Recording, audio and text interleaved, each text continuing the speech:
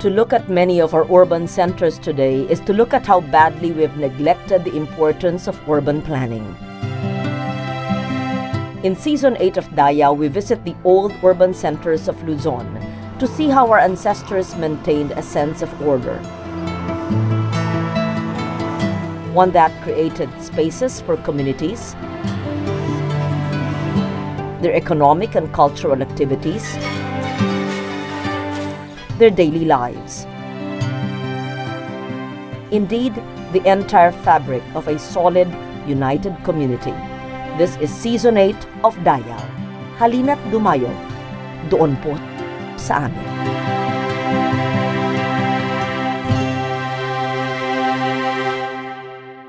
Outside of Manila, there are many more heritage sites than we all know of. In all these sites, the local historians and residents face the very same problems that Manila urban planners do. Perhaps because the communities are so much smaller and tightly knit. Perhaps because the traditional values are still so much in place. Perhaps because there is so much pride of place among the residents. But their efforts at conservation seem much more successful than ours in the city. We visit the towns in Bulacan to examine their noble histories.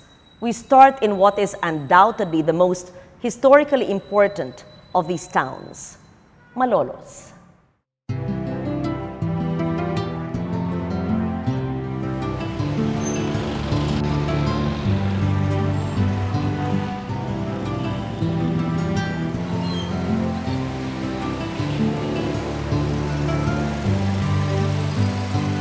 In his last public interview before he passed away, Des Bautista was perhaps the most colorful of Malolos residents.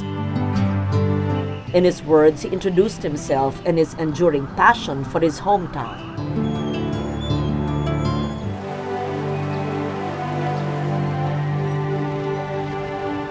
Malolos is a very ancient town.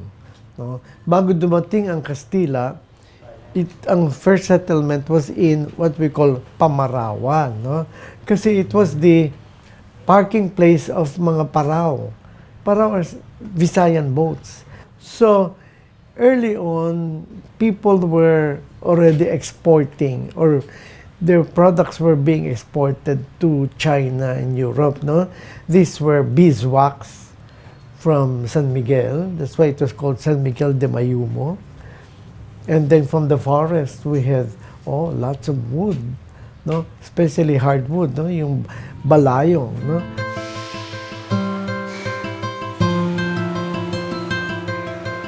Malolos used to be so much larger than the present town. In 1859, according to Bautista, a royal decree subdivided what was then Malolos into the present-day towns of Malolos, Baraswain, and Santa Isabel.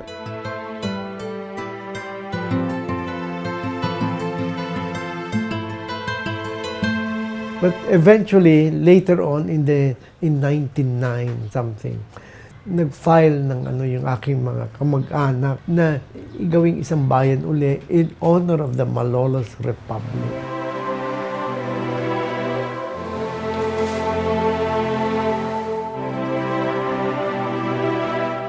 Bautista goes on to cite the important products that made Malolos both an economic hub and a political center. It was a pattern did by Julius Caesar when he conquered Britain, Germany, in Europe. So it was called the gridiron plant. Ito yung church, the center. Sa tapat ang munisipyo or Casa Real nung araw. So kita mo yung Casa Real sa munisipyo.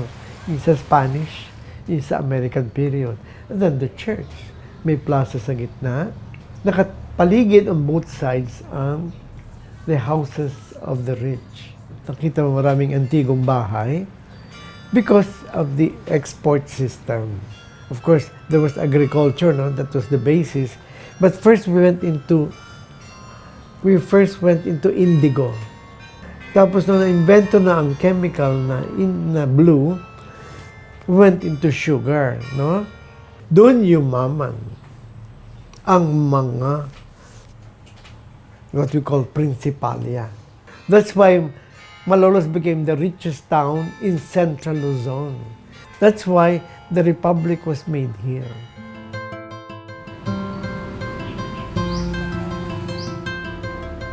Bautista traced the history of fabled Bahay na Bato of Malolos and linked these with a taste of the affluent Principalia.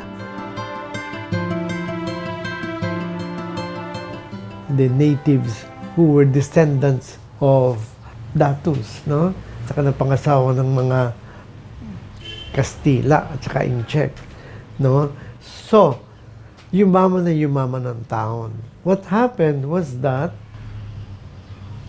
yung mga prinsipalya, nakita yung binibuild yung mga simbahan at saka konvento. Sabi nila, gusto namin ganun din ang bahay namin. That's why nag-evolve yung bahay na bato. Principle is bahay kubo, but mayaman na ito. The aesthetic is Castilian castles and palaces. They wanted to imitate the Spanish aesthetics. Kanya nabuhay ang mga bahay na bato sa Malolos.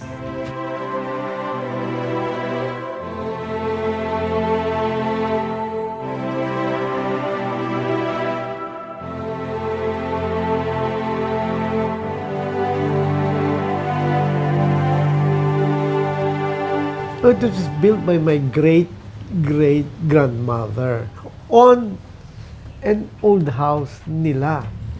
So there was already an old house by her Chinese father who married a taga Malolos. She had it done, malalaki na. Gusto niya malaki. At saka iba. Nakita mo iba yung architecture. Saka may karyatid sa harap, iba yung carving sa harap. At saka sa loob, French windows. Hindi ganun ang mga bahay nung araw, di ba? Glass yan eh. Kasi we had two houses. The other one, pagbaba ng tulay, ang ganda nun. 1812 yun. Tapat ng Casa Real. Oh my God. That's all Tampinco furnitures, architectural details. Marvelous.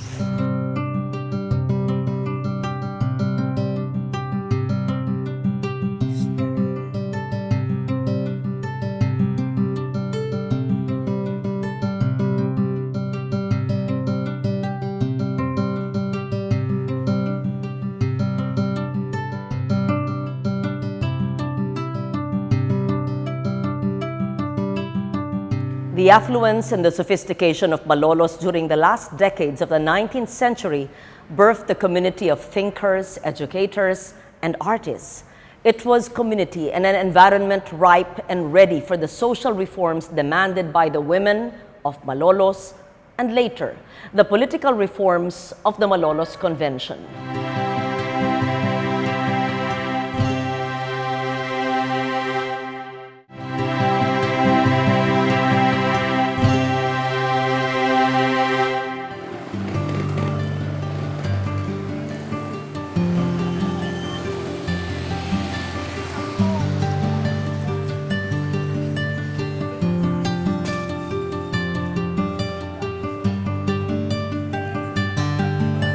In the neighboring town of San Miguel, another local historian takes us on a tour of the town's heritage sites.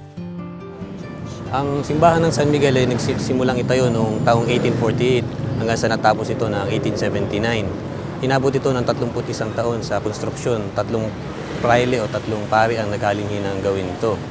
Hanggang sa nagkaroon ng ilang mga renovation sa ngayon. Pero nananatili yung original na figura ng simbahan. At ang bukod tangi sa buong bayan sa lalawigan ng Bulacan, ito lamang yung may belfry at na nasa gitna. Sa lahat ng Agustinong simbahan na matatagpuan dito sa atin.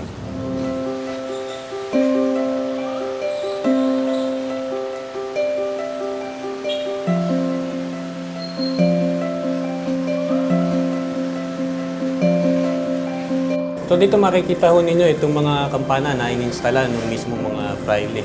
Makikita nyo yung mismo mga pananda nila kung kailan inilagay, maging yung kung kanino naka-dedicate na patron. Katulad nito, itong pinakamalaki na naka-dedicate sa patronato ng mga Agustino na sa Virgen Consolacion ni Correa. At dito sa magkabilang gilid ay yung sa mga praile naman na inilagay nung sila ay lumaon na nagtaga na ipundar. At yung sa pinakagitna na nakadaan para kay San Miguel Arcangel.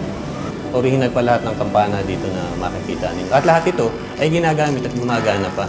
Depende sa okasyon, depende sa kung anong meron dito sa bayan, hindi lang sa simbahan.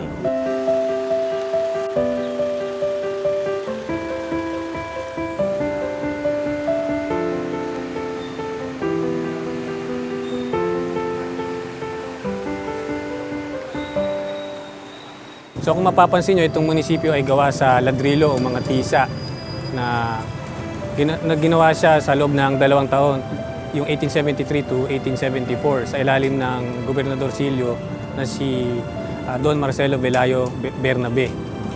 Makikita nyo sa loob nananatili pa rin yung mga kahoy, yung mismong mga original na yung gamit, tulad ng chandelier, mga bangko, at yung mga spaces na nakaplano o nakadisenyo na simula pa man na ginawa ito.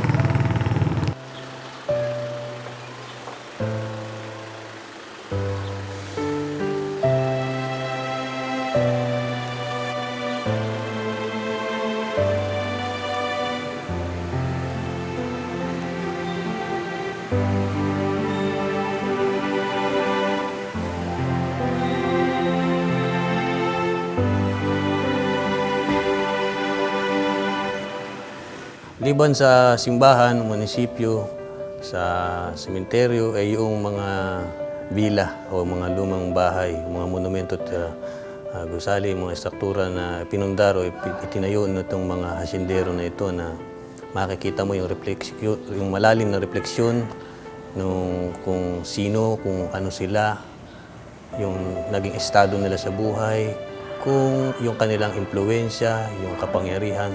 Doon mo makikita lahat yung kahalagahan, yung kultura, tradisyon, yun ang bumubuo. At makikita mo yun doon sa mga gusali ngayon. Humigit kumulang na may 100 pa ang mga lumang bahay rito. Sama-sama na ito, ancestral at antique. Ancestral by all means, nakakahulugan ay mahigit 50 at antique na may mahigit sa 100 na. Na matatagpuan mo yan, hindi lang dito sa sentro, kundi maging sa ibang mga baryo.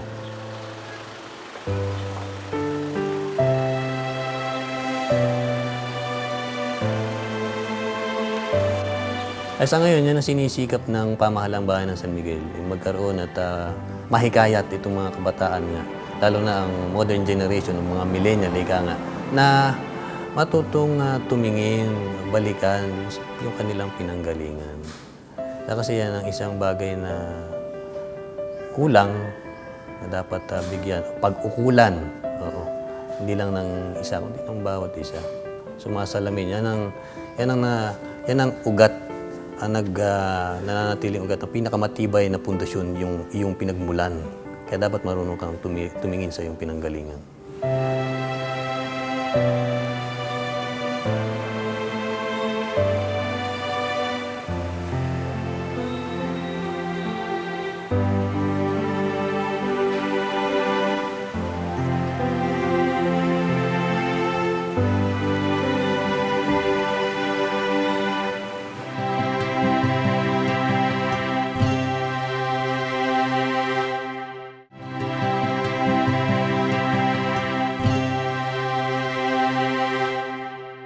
Schools, ancestral houses, community centers, churches. These are the elements that make up any heritage site. In Bulacan, Bulacan, we hear about the history of one such home.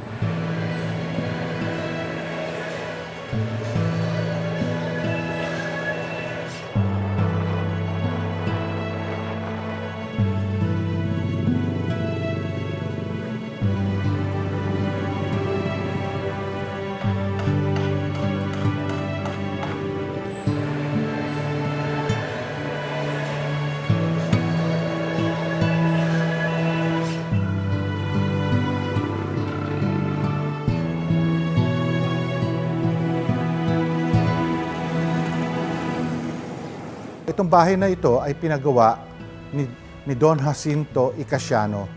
ang isa sa anak niya ay yung Josefa Icasiano.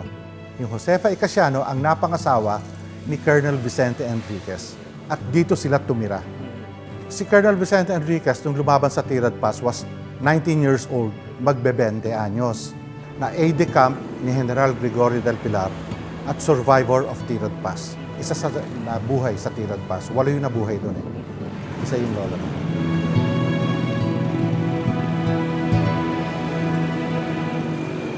Yan ang bandila ng isang organisasyon. Ang nakalagay doon, pag mababasa mo yung pangalan, kapisanan ng mga labi ng himagsikan.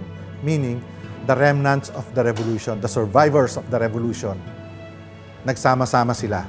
Nagtayo sila ng organization. Ito ngayon, yung bandila nila. Tapos, pinapasa-pasa nila yan from the oldest, pag namatay yun, papasa sa susunod na oldest, down the line.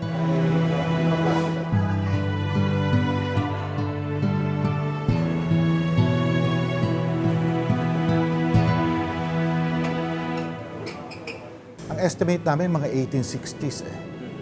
Pero you have to remember, dapat tandaan ninyo na itong itaas, itong pinag-aano natin, ito yung medyo, early 1900s na to eh. Ang original, yung nasa baba, yung mga bato. Di ba? Yung mga batong mga arko, makikita nyo doon. Pero ito, siyempre, nakatira sila dito, nag-a-adapt itong bahay eh.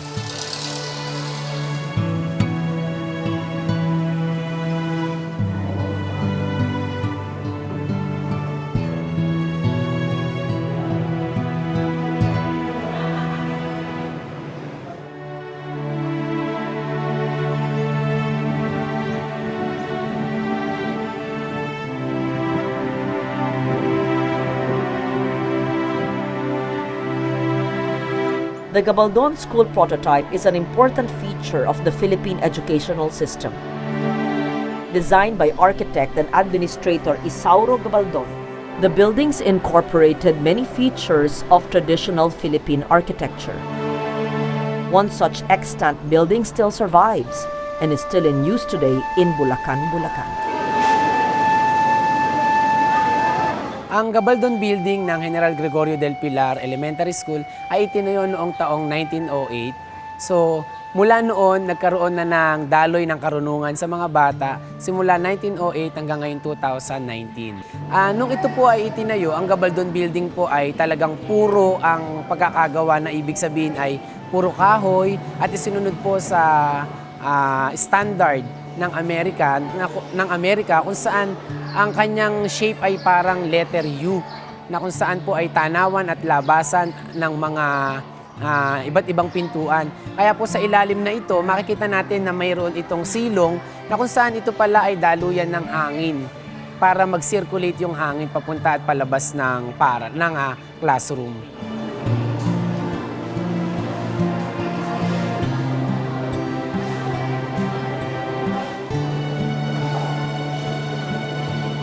Matagal na pong komunidad ang bayan ng Bulacan. Pre-Hispanic times pa ay may mga communities na dito. Pero yung sa recorded history, unang nakarating po dito ang mga Kastila noong 1572. Ito po ang isa sa first 300 pueblos na itinatag ng mga Agustino. At nung 1572 ay naging bisita na po ang bayan ito ng kaharian ng Tondo sa Maynila. And later on, noong 1578 ay itinatag na ang parokya ng Bulacan. Ang aming pong simbahan ay nilagay sa patronato ng Nuestra Señora de la Asunción. Ito po ang unang simbahan sa buong Pilipinas na nailagay sa patronato ng Our Lady of Assumption.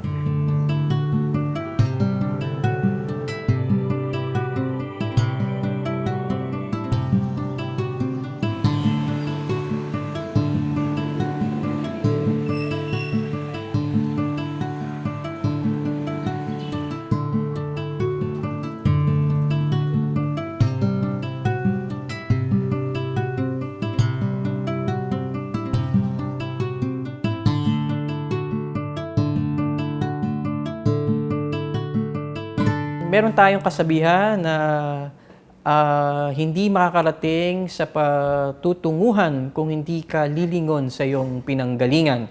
So we have to value our history. At itong mga structures na ito, itong mga heritage structures na ito, ay ang mga concrete proof na yung mga tinuturing namin history ay mga totoong naganap nga.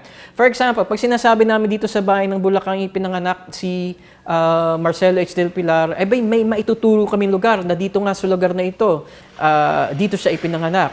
Kasabay o kaugnay ng ating pagpapahalaga sa kasaysayan ay dapat pahalagahin din natin ang mga pamanang yaman, itong mga heritage structures na ito. Kaya para patuloy nating maituro at maipamana sa ating mga susunod na henerasyon ang yaman ng ating kasaysayan, ay dapat din nating pahalagan, alagaan at panatilihin ang mga pamanang istruktura at tradisyon dito sa Bulacan, Bulacan.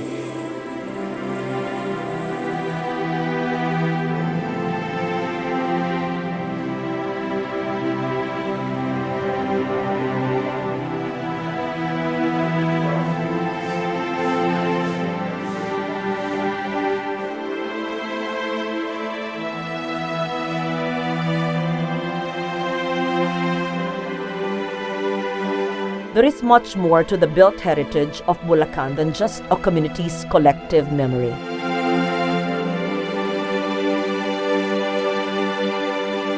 The structures we have seen are testaments to a people's aspirations for a life examined and elevated.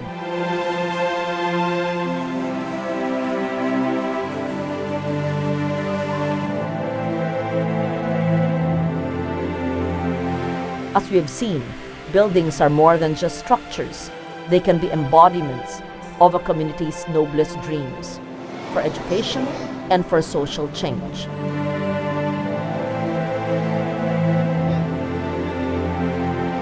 They can be manifestations of a collective will to lead better lives, to think more progressively, and to see the world differently.